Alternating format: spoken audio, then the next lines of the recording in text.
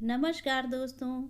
कहानियों की श्रृंखला में आज सुनेंगे शिवानी जी की कहानी नथ। लेकिन उससे पहले मेरा आपसे विनम्र अनुरोध है कि अगर आपको मेरी कहानियाँ अच्छी लगती हैं तो मेरे चैनल को सब्सक्राइब ज़रूर करें, लाइक करें, शेयर करें और बेल आइकन दबाना बिल्कुल भी ना भूलें। आज सुनिए कहानी नथ। पुट्टी ने उठकर अपनी छोटी सी खिड़की के द्वार खोल दिए। धुएं से काली दीवारों पर सूरज की किरणों का जाल बिछ गया। छत से झूलते हुए छींके में धरे ताजे मक्खन की खुशबू से कमरा भर गया और पुट्टी के हृदय में एक टीस सी उठ गई। क्या करेगी उस खुशबू का जब उस मक्खन को खाने वाला ही नहीं रहा। ऐसे ही ताजे मक्खन की डली फाफर की काली रोटी पर धरकर खाते खाते उसके पति ने उसके मुंह में अपना जूठा गस्सा ठूस दिया था, ठीक जाने के एक दिन पहले।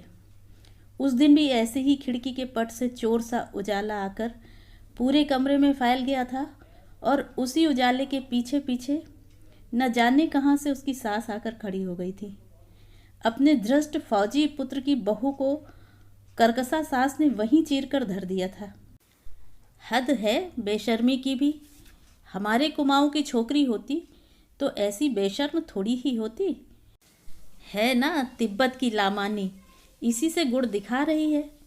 सास के जाने के पश्चात वह कितनी देर तक पति की छाती पर सिर धरे सुबकती रही थी, पर जिस छाती को चीनियों की गोलियों की वर्षा झेलनी थी वह सुंदर पत्नी की टेक बनती भी कैसे। गुमान सिंह के जाते ही पुट्टी पर विपत्तियों का पर्वत टूट पड़ा। सास, विधवा, ननंद और जिठानी की गालियां सुनती तो वह जानबूझकर ही बहरी बन जाती। दोनों कानों पर हाथ धरकर इशारा करती कि उसे कुछ भी सुनाई नहीं दे रहा। विधवा ननंद का पर्वताकार शरीर क्रोध के भूकंप से डोल उठता। अंधी कानी बहरी लड़कियां क्या अभी और बची हैं भौजी तुम्हारे तिब्बत में? अभी हमारा एक भाई और भी तो है, वह व्यंग भरे स्वर में चीख कर कहती। अपने दोनों कानों पर हाथ धरकर अपनी भोली सूरत को और भी भोली बनाकर पुट्टी सधे अभिनय की मुद्रा में कहती, क्या करूं, न जाने क्या हो गया है इन कानों में। हरदम साए साए की आवाज़ आती है। एकदम बज्जर गिर गया है निगोड़े कानों में। इतना घमंड था ना अपने रूप का। तिब्बत के जादू से हमारे भैया को भेड़ बनाकर रख दिया। इसी से भगवान ने सजा दी है। भगवान करे तुम्हारे कानों पर ही नहीं पूरे शरीर पर बज्जर गिरे। कुलच्छनी न होती तो क्या गुमान को लद्दाख जाना पड़ता। पुट्टी अपनी हिरनी की सी तरल दृष्टि से उसे देखकर हंसती रहती, जैसे उसकी पुरुष गर्जना का एक भी शब्द उसके पल्ले न पड़ा हो। माता, भाई, भौजाई और विधवा बहन से लोहा लेकर ही गुमान उसे ब्याह कर लाया था। अपनी माँ के साथ वह गांव-गांव में फेरी लगाकर बिसाती का छोटा मोटा सामान बेचा करती थी। स्वास्थ्य से दमकते लाल चेहरे पर उसकी तीखी नाक और बड़ी बड़ी आँखें लामा कन्याओं की भांति चपटी और छोटी नहीं थीं। कानों में गंदे पीले सूत में गुथे फिरोजा और मोंगे झूलते थे। कंधे से टखने तक झूलते उसके तिब्बती लबादे की ढीली ढीली बाहों में वह एकदम बच्ची ही लगती। पर कभी कभी लबादे की केंचुली उतार कर वह उसकी बाहों में रहस्यमय सीवन से ढूंढ ढूंढ कर जुएं मारती और अब लबादे की केंचुली से रहित उसका उन्मुक्त यौवन किसी लपलपाते नाग की भांति देखने वालों को डसने दौड़ पड़ता। गुमान ने भी उसे एक दिन बिना केंचुली के देख लिया। ग्राम के चौराहे पर उसकी माँ ने अपनी गंदी चादर फैलाकर दुकान खोल दी थी। जम्बू, गंधरेड़ी आदि मसाले की जड़ी बूटियों के बीच वह स्वयं टांग पसार कर धूप सेक रही थी और एक टीले पर बैठी उसकी सुंदरी पुत्री अपने लबादे की बाहों से जुएं बीन बीन कर मार रही थी। गुमान सिंह छुट्टियों में घर आया हुआ था। सुबह उठकर वह घूमने निकला और माँ बेटी के हाट के सामने ठिठक कर खड़ा हो गया। पुट्टी अपनी सुडौल बाहों को अपने लबादे की मुर्दा बाहों से टटोल टटोल कर जुएं निकाल रही थी। गुमान को देखा तो लजाकर उसने हाथ खींच लिए। उसके गालों की उठी मंगोल हड्डियों के बीच गुलाबी रस का सागर छलक पड़ा। चौड़े माथे पर गोंद की तरह चिपकाई काले केशों की पट्टी से कुछ केश निकलकर हवा में फरफरा रहे थे। जीर्ण कुर्ते के बटनों की पूर्ति एक बड़ी सी सेफ्टी पिन लगाकर की गई थी, पर किसी बेगवती नदी के दो पाटों पर बांधा गया रस्सी का पहाड़ी पुल जैसे साधारण सी हवा में कांप कांप उठता है, उसी भांति सेफ्टी पिन रह रहकर कांप रही थी। गुमान अकारण ही चीज़ों का मोल तोल करने लगा। कभी मैली चादर पर सजे छोटे आईना में अपनी मूंछ संवारता, कभी नीले फिरोजा की अंगूठी पहनता और कभी उठाकर तिब्बती घंटियां ही टुनटुनाने लगता। क्यों बेकार में गड़बड़ करता? पुट्टी की माँ ने अपनी टूटी फूटी हिंदी में उसे झिड़क दिया। लेना है तो लो, नहीं तो जाओ। उसकी युवा पुत्री के आते ही ग्राम के मंचलों की भीड़ जम जाना नित्य का नियम था, पर वह बड़ी खूंखार और रूखी औरत थी। जौ की शराब और भेड़ बकरे के कच्चे गोश्त ने उसका रक्तचाप शायद और भी बढ़ा दिया था।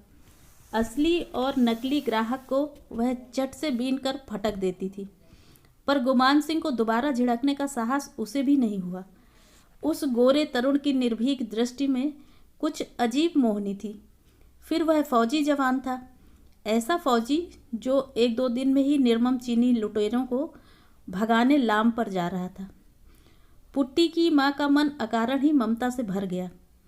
चीनियों को वह कभी क्षमा नहीं कर पाई थी। उसके इकलौते 12 वर्ष के पुत्र को उन्होंने चीन के किसी स्कूल में पढ़ने भेज दिया था। उसके दमे के रोगी पति को सड़क की बेगार में जोत जोत कर मार डाला था। उसके हाथी से विराट याक को काट काट कर हत्यारों ने अपनी फौजी टुकड़ी को खिला दिया था, और एक दिन भी वह चूकती तो उसकी पुट्टी को भी उड़ा ले जाते। रात ही रात में वह मनी पद्मनी हुम जपती पुत्री को खींचती गिरती पड़ती तिब्बत की सीमा पार कर गई थी। उन्हीं चीनियों को मार भगाने गुमान जा रहा था। इसी से वह उसकी श्रद्धा का पात्र बन गया। वह नित्य ही उस सराय में पहुंच जाता जहां पुट्टी अपनी माँ के साथ रहती थी। पुट्टी उसके लिए मक्खन नमक वाली गरम तिब्बती चाय और पशम सहित भूने गए भेड़ की रान के बड़े बड़े टुकड़े तैयार कर लाती। पुट्टी की माँ दोनों पर अपनी छोटी छोटी आँखों का अंकुश लगाए बैठी रहती। फिर भी न जाने कब पुट्टी के मंगोल कटाक्षों की अर्गला गुमान के हृदय कपाट पर स्वयं ही लग गई। जाने के 3 दिन पूर्व गुमान ने पुट्टी की माँ के सम्मुख उसकी पुत्री से विवाह का प्रस्ताव रखा तो वह बड़े सोच में पड़ गई। कुमैयों के बीच खाली दाल भात खाकर उसकी तिब्बती बेटी कैसे जिएगी? बिना जौ की शराब के उसके गले के नीचे रोटी का गस्सा नहीं उतरता, और फिर दूध चीनी वाली चाय भला कौन तिब्बती लड़की घुटक पाएगी? फिर वह गुमान की माँ और विधवा बहन को देख चुकी थी। उस क्रूर बुढ़िया के शासन में उसकी पुट्टी घुल घुल कर रह जाएगी। नहीं, दृढ़ स्वर में उसका निश्चय प्रकट करने को उसने अपनी गर्दन ऊंची की तो देखा गुमान और पुट्टी दोनों दीन याचक की दृष्टि से उसे देख रहे थे। दूसरे ही क्षण पुट्टी की माँ को ग्राम के मंचलों का ध्यान आया, जो भूखे व्याघ्र की भांति पुट्टी को किसी भी क्षण निगल जाने को तत्पर थे। उसने अपनी सहमति दे दी, पर अभी गुमान को अपनी माँ, बहन और बिरादरी से मोर्चा लेना था। माँ ने पहाड़ से कूद जाने की धमकी दी। बहन ने कहा वह फांसी लगा लेगी। पर तिब्बत की सुंदरी कन्या को लाकर जब गुमान 5 पंचों के सामने सीना तान कर खड़ा हो गया तो पंच भी सहम गए। पुट्टी के सात्विक सौंदर्य ने धर्म, जाति और रूढ़ियों की उलझी गांठें क्षण भर में सुलझाकर रख दी। दूसरे ग्राम से पंडित बुलाकर गुमान के युवा मित्रों ने फेरे फिरा दिए और कुछ याकूत, फिरोजे, चांदी की 3-4 दंत खुदनियाँ और 4 बकरियों के दहेज के साथ जोर जोर से रोकर पुट्टी की माँ ने उसे सराय से ससुराल के लिए विदा किया। ना जाने कितनी गालियों से सास ने उसका वरण किया। जिठानी और ननंद उसके विचित्र लबादे का मजाक बनाती जोर जोर से हंस रही थीं, किंतु उस बदसूरत लबादे के भीतर जगमगाते रत्न को एक ही व्यक्ति ने पहचाना, और वह था गुमान। वह जितनी ही अपनी भोली विचित्र पत्नी को देखता उतना ही उसके सौंदर्य में डूबता चला जाता। पुट्टी बहुत कम बोलती और बोलने और हंसने में उसके गालों की ऊंची हड्डियां कुछ और भी ऊंची उठ जाती थीं। गुमान का कमरा बेहद छोटा और अंधेरा था। एक कोने में ताजे खोदे गए मिट्टी से सने आलुओं का ढेर लगा था। दूसरी ओर 2 टूटे हल दीवार से टिके थे, जिन पर उसकी खाकी वर्दियां टंगी थीं। काली दीवार पर एक बड़ा सा आईना टंगा था, जिसे गुमान मद्रास से खरीद कर लाया था। उसी आईने में युगल प्रेमियों ने एक साथ अपना चेहरा देखा तो दिन भर की कड़वाहट घुल गई। रात को अपनी नई नवेली पत्नी के लिए गुमान कमरे में ही खाना ले आया तो वह कटकर रह गई। बार बार उसने गर्दन हिलाकर कमरे में खाने की व्यवस्था पर असंतोष प्रकट किया। टूटी फूटी पहाड़ी में अपनी लज्जा व्यक्त करने की चेष्टा की, किंतु वह जिधर गर्दन फेरती वहीं उसका सजीला पति उसके मुंह में गस्सा ठूस देता। पुट्टी अपनी ढीली ढीली बाहों में मुंह ढांकने की चेष्टा कर अपनी तिब्बती भाषा में न जाने क्या क्या बुदबुदाती और गुमान उसकी विचित्र बड़बड़ाहट को दोहराता तो वह खिलखिला उठती। गुमान होठों पर अंगुली रखकर उसे इशारे से समझाता, श्श, धीरे हंसो, बगल वाले कमरे में अम्मा लेटी हैं। पुट्टी उसके गूंगे आदेश को चट समझ लेती। दोनों नंदनवन के उन शीतल वृक्षों की स्वर्गिक छाया में थे, जहाँ भाषा का कोई बंधन नहीं रहता। वहाँ केवल एक ही भाषा ग्राह्य है और वह है हृदय की। दूसरे दिन वह सास के पीछे पीछे छाया की तरह घूमती रही, पर वह एक शब्द भी नहीं बोली। ननंद के साथ वह बर्तन मलवाने बैठी तो ननंद ने उसकी ओर देखकर पच्च से थूक दिया। पुट्टी की आंखों में आंसू छलक आए। अभी तो उसका पति यहीं था, उसके जाने पर उसकी कैसी दुर्गति होगी। दूसरे दिन उसकी माँ उससे मिलने आई। पुत्री के कुम्हलाए चेहरे को देखकर उसका जी भर आया। अपनी भाषा में फुसफुसाकर उसने पुट्टी के हृदय का भेद लेने की बड़ी चेष्टा की, पर पुट्टी सिर झुकाए खड़ी रही, कुछ नहीं बोली। उसके पीछे खड़ी उसकी सास और ननंद आग्नेय दृष्टि से उसकी माँ को देख रही थीं। किसी ने उससे बैठने को भी नहीं कहा। तब गुमान अपने मित्रों की टोली के साथ शिकार खेलने गया हुआ था। लौटने पर अपनी माँ के अपमान की बात पुट्टी ने अपने ही तक सीमित रखी। इसी बीच गुमान सिंह के जाने का दिन आ गया। जाने से कुछ घंटे पहले उसने अपने खाकी कुर्ते में लपेटा गया एक रहस्यमय उपहार पुट्टी को थमा दिया। पुट्टी, इसमें तेरी पसंद की एक चीज़ लाया हूँ, पर अभी मत खोलना, समझी? और अकेले में देखकर इसे आलू की ढेरी के नीचे गाड़ कर रख देना। पुट्टी डबडबाई आंखों से पति के हंसमुख चेहरे को देखती रही। कहती भी क्या? अपने हृदय की व्यथा को वह अपनी ही तिब्बती भाषा में ठीक से व्यक्त कर सकती थी, और उस भाषा के दुरूह शब्द उसका पति कैसे समझता। पतली मूंछों के नीचे पति की मीठी हंसी के सपने देखती बेचारी आलू के ढेर पर सिसकती रही। एकाएक उसे पति के शब्द याद आए, इसे अकेले में देखना पुट्टी। हाथ की बादामी थैली को वह भूल ही गई थी। क्या लाया होगा गुमान? कांपते हाथों से उसने पोटली खोली और चौंक कर पीछे हट गई। पोटली से यदि काला नाग भी फन उठाए निकल आता तो भी वह शायद इतना नहीं चौंकती। पोटली से उसके पीले गोल चेहरे की परिधि से भी बड़ी पीले चोखे की सोने की नथ झकझक दमक उठी। लाल, सफ़ेद और हरे कुंदन का जड़ाऊ लोलक उसके हाथ का स्पर्श पाकर घड़ी के पेंडुलम सा डोल उठा। सहसा उसकी आंखें अपने पति के प्रति कृतज्ञता से डबडबा आईं। एक दिन उसने ग्राम के प्रधान की बहू की नई नथ देखकर पति से आलू के इसी ढेर पर बैठकर एक नथ की फरमाइश की थी। हाथ के इशारे से ही उसने अपनी छोटी सुकड़ नासिका के इर्द गिर्द अंगुली से घेरा खींच खींच कर भूमिका बांधी थी। पहले गुमान समझा नहीं था और फिर कैसे ठठाकर हंसा था। आज उसी आलू के ढेर पर नथ झकझक कर रही थी, पर उसे पहनकर बैठेगी तो देखेगा कौन। टप टप कर उसकी आंखों से आंसू गिरने लगे। न जाने कब उसकी माँ आकर चुपचाप उसके पीछे खड़ी हो गई थी। सास और ननंद गुमान को छोड़ने बस स्टैंड गई थीं। पुट्टी की माँ शायद बाजार करने जा रही थी। माथे पर पोटली की गांठ बंधी थी। दामाद से वह कल ही मिल ली थी। सुबह से ही पुट्टी के लिए उसका मन न जाने क्यों व्याकुल हो उठा था। सूजी सूजी आंखों से माँ को निहार कर पुट्टी ने इशारे से नथ दिखाई।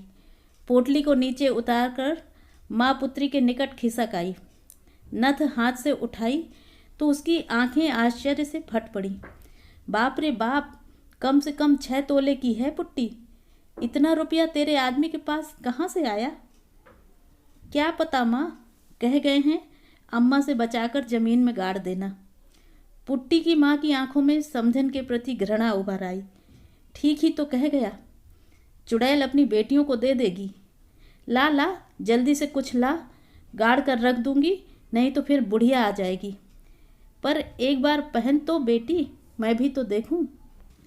ऐसी नथ और ऐसा तेरा रूप एक बार तो देख जाता अभागा। सुंदरी पुत्री के सौम्य चेहरे पर नथ की शोभा देखकर उसकी आंखें भर आईं। डलिया में धरे टूटे दर्पण को निकालकर पुट्टी ने चटपट अपना चेहरा देखा तो स्वयं लाज से लाल पड़ गई। छी, कहीं भी अच्छी नहीं लग रही हूँ। ऐसा कहकर वह माँ से अपने सौंदर्य की स्तुति बार बार सुनना चाह रही थी। तू अच्छी नहीं लग रही तो कौन अच्छी लगेगी? तेरी खूसट सास। अच्छा ला, उतार नथ, मैं चट से गाड़ दूँ। ऐसी चीज़ क्या बार बार बनती है? जब तक पुट्टी की सास और ननंद लौटी, माँ बेटी ने 2 हाथ गहरा गड्ढा खोदकर नथ को गाड़ दिया था। नथ का इतिहास माँ बेटी तक ही सीमित रह गया। फिर धीरे धीरे युद्ध की दारुण विभीषिका में पुट्टी भटक कर रह गई। भांति भांति के भयावने समाचार सुनकर वह तड़प कर रह जाती। कभी सुनती कुमाऊं के असंख्य वीर जवानों के पावन रक्त के अबीर से नेपा और लद्दाख के वन वनांत रंग गए हैं। कभी सुनती नृशंस चीनी हत्यारों ने चारों ओर से घेरकर कुमाऊं रेजिमेंट की एक पूरी टुकड़ी को मोर्टार तोपों से भून दिया है। भूखी प्यासी वह कभी स्कूल के हेडमास्टर के रेडियो से कान सटाकर बैठ जाती, कभी बिलख बिलख कर रोने लगती। हिंदी वह ठीक से समझ नहीं पाती थी और ठीक से ना समझे जाने पर युद्ध के भयावने समाचार उसे और भी भयानक लगते। सास दिन भर बड़बड़ाती, कुलच्छनी रो रो कर कैसा असगुन कर रही है। बहुत दिनों तक गुमान की कोई चिट्ठी नहीं आई और फिर एक दिन एक तार आया। कुमाऊं रेजिमेंट का गुमान सिंह दुश्मन की गोलियां झेलता हुआ आखिरी दम तक अपनी चौकी पर डटा रहा। अंत में जांग में गोला फटकर लगने से वह वीर गति को प्राप्त हुआ। जब उसकी सास और ननंद छातियां पीटकर घायल हथनी से चिंगाड़ रही थी, तब पुट्टी शांत प्रस्तर प्रतिमा सी आलुओं के ढेर पर बैठी थी। वही आलुओं का ढेर उसके प्रेम का ताजमहल था। उसी ढेर पर सौभाग्य ने उसका वरण किया था और आज वही वैधव्य का विषधर उसे डस गया था। एक एक आलू के साथ सहस्त्र स्मृतियां लिपटी पड़ी थीं। आलुओं की मिट्टी पर गुमान ने जाने के एक दिन पहले अपना और पुट्टी का नाम अंगुली से लिख दिया था। नाम के उसी घेरे को पुट्टी एकटक देख रही थी। पुट्टी की माँ बिलखती आई, पर पुट्टी को देखकर स्तब्ध रह गई। यह तो पुट्टी नहीं, जैसे स्वयं तिब्बत के मठाधीश बड़े लामा बैठे हैं। उसकी आंखों में एक भी आंसू नहीं था। स्थिर दृष्टि उठाकर उसने अपनी माँ को देखा। पुट्टी, मेरी बच्ची, मेरे साथ घर चलेगी? वह अपना चेहरा उसके पास सटाकर बोली। नहीं नहीं, मैं यहीं रहूँगी। आलुओं की ढेरी को ममता से देखकर पुट्टी ने मुंह फेर लिया। पुत्र की मृत्यु ने उसकी सास को जीती जागती तोप बना दिया। वह दिन रात आग उगलती, पर पुट्टी पत्थर बन गई थी।